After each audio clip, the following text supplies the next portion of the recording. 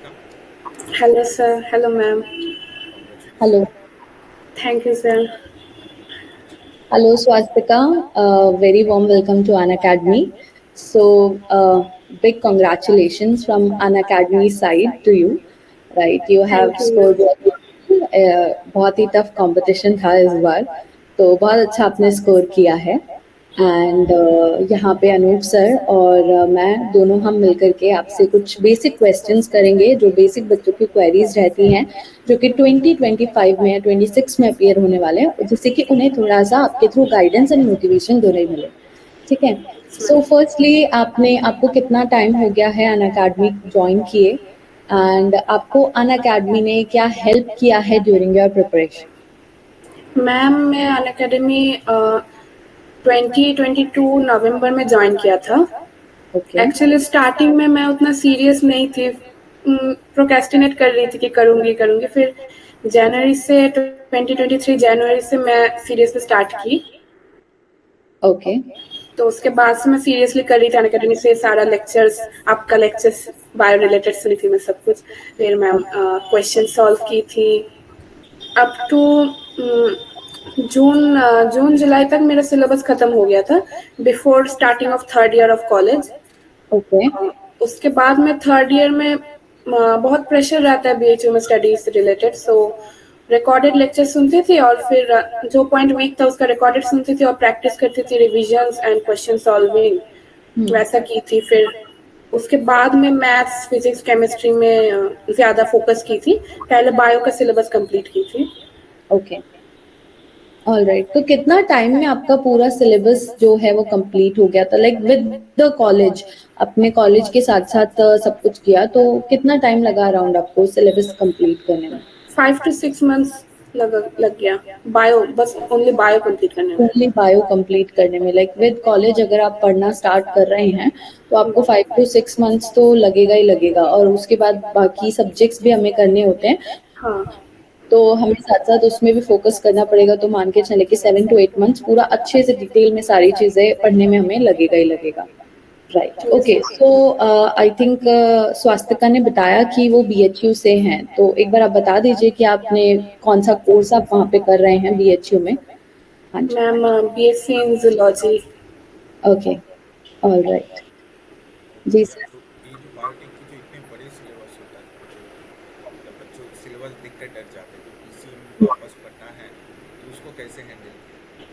Ma'am मैं भी जब पहले अन अकेडमी कांटेक्ट कर रही थी कि ज्वाइन करने के लिए, तब जिन सर से मैं कांटेक्ट की थी वो भी पहले यही बोले थे कि बायोटेक का सिलेबस बहुत बड़ा है, उसको कवर करना बहुत मुश्किल है। सो वही प्लान की थी मैं पूरा, मतलब 1 साल का मैं बैठ के प्लान की थी कि कौन से महीने में मुझे कौन सा चैप्टर कंप्लीट करना है, क्योंकि साथ में कॉलेज था, तो कॉलेज का एक बहुत आवर्स का कॉलेज में मेरा जाता था। तो उसके अकॉर्डिंग प्लान करना था कि रात में मैं इतना घंटा पढ़ूंगी, ऐसे ऐसे हर महीने में मैं 2 चैप्टर्स ऐसे कंप्लीट करूंगी, इसके साथ साथ जो हो गया उसका रिवाइज करूंगी। सो ऐसा प्लान करते करते पूरा मतलब जून जुलाई तक कंप्लीट हो गया। उसके बाद फिर मैं ये सोची थी कि फिजिक्स केमिस्ट्री मैथ्स, मेरा एक्चुअली 12th तक मैथ्स था और फिजिक्स केमिस्ट्री नीट के टाइम भी की थी। कुछ कुछ कॉन्सेप्ट्स मेरा वो था, वीक था, और फिर स्पेक्ट्रोफोटोमीटर का वो वीक था। फिर वो सब मैं सर के उससे देखी थी। फिर सर ने एक हैंडबुक भेजा था नोट्स का, शॉर्ट नोट्स का, तो उसका फॉर्मूलाज वगैरह मैं देखी थी उससे, कोऑर्डिनेशन कंपाउंड्स का, वो सब देख के फिर उसका क्वेश्चन सॉल्व की थी नीट लेवल का। वैसे प्रैक्टिस की थी, फिर टेस्ट सीरीज की थी, फिर मॉक टेस्ट जो था वो सब करती थी। ओके। तो तगड़ी स्ट्रैटेजी। अच्छा, तुम्हें जो प्रिपरेशन पे जो प्रिपरेशन जहाँ पे है, तो काफ़ी टाइम बच्चों, मैं देखता हूँ बायोटेक के बच्चों मुझे जो शुरू अच्छे से करता है, कुछ दिन के बाद वो प्रिपरेशन से डिटैच हो जाते हैं, क्योंकि उनको लगता है जो मेरे से नहीं बन रहा है, फिजिक्स में से केमिस्ट्री नहीं बन रहा है, मैथ्स नहीं बन रहा है। तो इसको कैसे हैंडल किया और क्या विजन था उस टाइम पे, क्या स्ट्रैटेजी लेके आए? ये चीज़ हैंडल करना बहुत मुश्किल है कि कुछ मतलब ऐसा होता है, कुछ देर बाद लगता है कि मतलब कुछ लोग होते हैं कि लगता है कि हो ही जाएगा, फिर लास्ट में करेंगे तो हो जाएगा, फिर प्रोक्रेस्टिनेट कर देते हैं। लेकिन सिलेबस सीरियसली बहुत बड़ा है और जितना जल्दी सिलेबस खत्म हो जाएगा रिवाइज करने का उतना टाइम मिलेगा। और रिवीजन जितना ज़्यादा होगा तो उतना बेस स्ट्रांग होगा, और एक बार बेस स्ट्रांग हो गया तो वो प्रिपरेशन किसी भी एग्ज़ाम, किसी भी इंटरव्यू के काम में आ जाएगा। सो एक बार मतलब ऐसा हो जाता डिमोटिवेट, तो I used to talk to my parents, my friends, they motivated me to continue your studying, continue to follow the path which you are following, you are going on the right track। फिर गाना मैं सुनती थी, थोड़ा motivational songs. वैसे रात में जैसे मैं मैथ्स प्रैक्टिस करती थी, हर दिन डेली रात में 1 या 1.5 घंटा मैथ्स प्रैक्टिस करती थी, तो मोटिवेशनल सॉन्ग्स चला के प्रैक्टिस करती, तो थोड़ा मोटिवेशन मिल जाता था। फिर रात में मैं वो कर लेती कि कल मुझे कितना कवर करना है पूरा दिन में, क्या-क्या मुझे करना है full day. My next day used to be planned on the previous day. So उस हिसाब से प्लान करके उस टिक कर देते हैं। आफ्टर 1 वीक ऐसा मैं प्लान करती कि 1 वीक में मुझे इतना करना है। If I used to complete that whole thing, I used to reward myself a little bit by giving something which I used to like, that you are rewarded like that। Nice.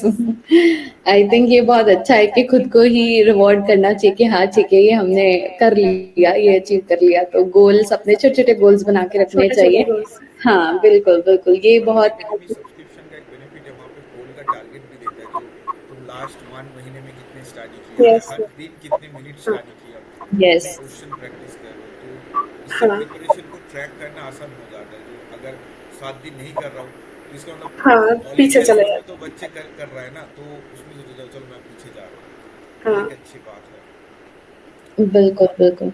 तो जैसे कि आपने अपना BSc के साथ-साथ आप ये पढ़ रहे थे अनअकैडमी पे, तो जैसे कि आपने बोला कि मैं रिकॉर्डेड ज़्यादा करती थी। तो आई थिंक ये अनअकैडमी जैसे हमारा ऑनलाइन प्लेटफ़ॉर्म है, तो इसने ऐसे जो बच्चे हैं, जो कि बहुत ज़्यादा जिनका बिज़ी शेड्यूल रहता है, प्रैक्टिकल, कॉलेज एंड ऑल, तो उनके लिए मुझे लगता है कि काफ़ी बेनिफिशियल रहता होगा। आप एक बार इसके बारे में बताएँगे? यस मैम, रिकॉर्डेड सारे लेक्चर्स है, इवन न्यू रिकॉर्डेड, पुराने वाले रिकॉर्डेड, सब कुछ अवेलेबल है। क्वेश्चन सेशंस भी अवेलेबल है, अपना अकॉर्डिंग, अपना जिस टाइम फ्री है। अभी अगर 1 घंटा भी टाइम है, 2 घंटे का लेक्चर है, 1 घंटे देख के फिर बाद में 1 घंटा देख लो, अपने अकॉर्डिंग पूरा एडजस्ट कर सकते हो। अगर टाइम है तो लाइव सेशंस ऑब्वियसली देख लो, तो अपने अकॉर्डिंग बहुत फ्लेक्सिबल है, तो इजीली कर सकते हैं। और यू जो कैन कि choose any educator, any videos, in where you are weak, any choose anything. बिल्कुल, ये सबसे बिल्कुल। ज़्यादा एडवांटेज होता है। कोई बच्चे क्या होता है, काफ़ी टाइम सब्सक्रिप्शन ले लेता है, दूसरे इंस्टीट्यूट में होता है, उसमें अच्छा नहीं लगता है, होता है एक, क्योंकि हुँ, सारे टीचर के साथ फ्रीक्वेंसी मैच नहीं होता है। ठीक है, बिल्कुल। सभी टीचर अच्छा पढ़ाता है, बट बच्चों का जो कनेक्टिविटी है ना, तो हर बच्चों अलग अलग टाइप का होता है। तो बिल्कुल, अनअकैडमी की जो बेनिफिट है, यहाँ पे सभी लेक्चर पढ़े हैं, सभी एक ही chapter biochemistry let's consider 5 teacher ने पढ़ा है, तो अभी किसी भी टीचर से पढ़ सकते हैं। एक बहुत अच्छे एडवांटेज के तौर पे होता है, अगर कोई बच्चा यूज़ करना चाहता है।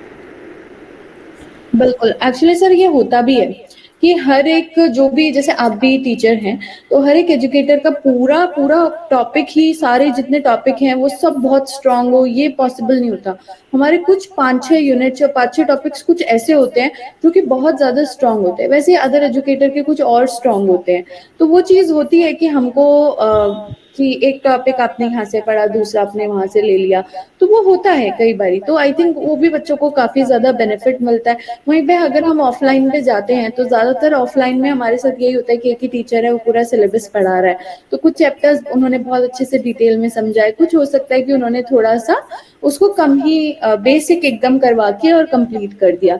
यहाँ पे आपको सारा डिटेल में जो है कवर करवाया जाता है, और अगर आपको ऐसा लग रहा है कि नहीं मुझे यहाँ पे थोड़ा समझ में नहीं आ रहा है पर्टिकुलर चैप्टर या कुछ, तो आप दूसरा रिकॉर्डेड सेशन देख के अपने डाउट्स क्लियर कर सकते हैं। तो स्वस्तिका, क्या मोटिवेट करना चाहते हो जो बच्चे जूनियर्स 25-26 में प्रिपरेशन करना चाहते हैं, तो उनको तुम क्या टिप्स देना चाहते हो? सर मैं उनको ये बोलना चाहती हूँ कि लेट ना करें, लेट स्टार्ट ना करें, स्टार्ट कर दे। एक्स्ट्रा टाइम रह रहा है तो it's well and good, you can revise further, go into deeper topics. Let start ना करें, और मेन ये है कि फिजिक्स, केमिस्ट्री, मैथ्स को नेग्लेक्ट ना करें, क्योंकि एक मेजर पोर्शन उसका होता है, और it works as a rank booster. बहुत यस। लोग ऐसा करते हैं कि बस बायो में फोकस करते हैं और उसको नेग्लेक्ट कर देते हैं, बट सिलेबस इज होल, सो पूरा सिलेबस पे फोकस करना जरूरी है। बिल्कुल, बिल्कुल, बहुत बढ़िया बिल्कुल। स्वस्तिका, तो कॉन्ग्रेचुलेशन, इतने बढ़िया बढ़िया रहेगा। Thank you sir. तो घर वालों तुम बीएचयू में मतलब तुम कहाँ से हो ओरिजिनली? सर एक्चुअली मैं वेस्ट बंगाल बैरकपुर से हूँ। सो अभी बीएचयू में हूँ तो उधर ही हॉस्टल में रहती हूँ। आफ्टर ग्रेजुएशन फिर वापस। वापस तो घर नहीं आ पाओगे, अभी तो दूसरे इंस्टीट्यूट में हाँ पढ़ना रहेगा, तो घर जाने में अभी तो बहुत टाइम बाकी है। इसके बाद पहले क्या पीएचडी क्या प्लान है, मतलब सोचा है आफ्टर सच बीएचडी? में। सर इंटरव्यूज दूंगी। आईआईएससी में इंटरव्यू के लिए अगर कॉल लेटर आया तो उसका दूंगी। फिर बाकी इंस्टीट्यूट्स में अप्लाई करूंगी, काउंसलिंग के लिए बैठूंगी। फिर जो जो होगा, मेरा मेन इंटरेस्ट बायोटेक में है तो फिर MSc biotech I would prefer. If not then life science और इंटीग्रेटेड पीएचडी। नहीं, बायोटेक तो हो ही जाएगा, इस रैंक में आराम से हो जाएगा, और आईआईएससी से भी कॉल आएगा डेफिनेटली। आईएससी से आएगा, टॉप 100 तक यूजुअली कॉल आता ही है आईएससी से। And even you can apply in IISERs also ना। आइजर्स काफ़ी आइजर्स है, काफ़ी अच्छा है, उसमें काफ़ी बच्चे हमारे हैं भी पहले के, तो they are doing really good. चेन सीएसआर भी एक ऑप्शन है, बिल्कुल, जेन से एसआर भी ऑप्शन है, वहाँ पे भी लास्ट में बच्चे गए हैं, वहाँ पे भी यहाँ से बहुत काफ़ी। मज़ेदार है। और आईआईसी में जो एमएससी है वहाँ पे भी डेफिनेटली हो ही जाएगा, वहाँ पे भी बायोटेक में 40 सीट्स हैं, तो वो भी एक अच्छे ऑप्शन है। बिल्कुल बिल्कुल। Thank you alright, Swastika. बहुत अच्छा किया है। बिल्कुल बिल्कुल स्वास्तिका, आपने बहुत अच्छा किया है। And we hope for your great future.